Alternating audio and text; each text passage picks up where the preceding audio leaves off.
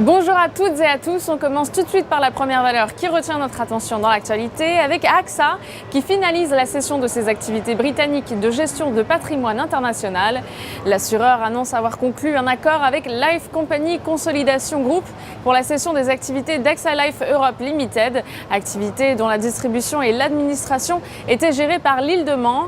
On précise que la finalisation de la transaction est soumise aux conditions habituelles, notamment l'obtention des autorisations réglementaires et devrait intervenir début 2017.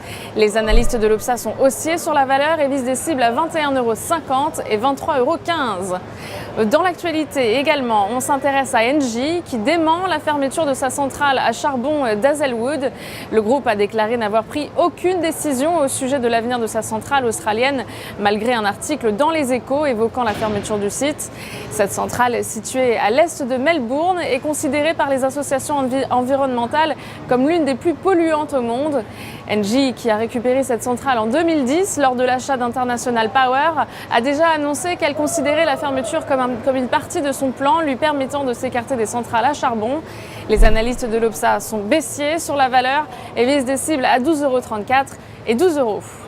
En ce qui concerne la stratégie du jour, nous nous intéressons à BMW.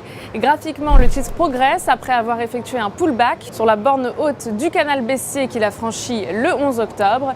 Du côté des indicateurs techniques, les moyennes mobiles à 20 et 50 séances sont toutes deux bien orientées et sont sur le point d'effectuer un croisement à la hausse, tandis que le RSI se situe au-dessus de sa zone de neutralité à 50%, sans être dans sa zone de surachat.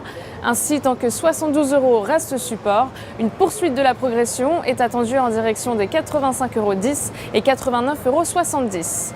Afin d'appliquer cette stratégie, on peut se porter à l'achat du Varancol 8443T émis par Unicredit, de prix d'exercice à 80 € et de date de maturité au 21 juin 2017. Aujourd'hui, coup de projecteur sur l'indice allemand DAX 30. L'indice évolue désormais au-dessus de ses moyennes mobiles à 20 et 50 séances, tandis que le RSI se situe au-dessus de sa zone de neutralité à 50%. Nous maintenons notre opinion positive sur celui-ci avec au-dessus de 10 070 points, des cibles à 10 870 et 11 180 points. Nous vous conseillons l'achat du certificat leverage DAX DXL7T émis par Unicredit, de maturité au 26 octobre 2018 et d'effet de levier 7. Ainsi, une variation de 1% de l'indice DAX 30 se traduira par une variation haussière ou baissière de 7% du produit. Pour Trading Central, c'est Stéphanie Texier en direct depuis la Bourse de New York. Excellente journée à tous.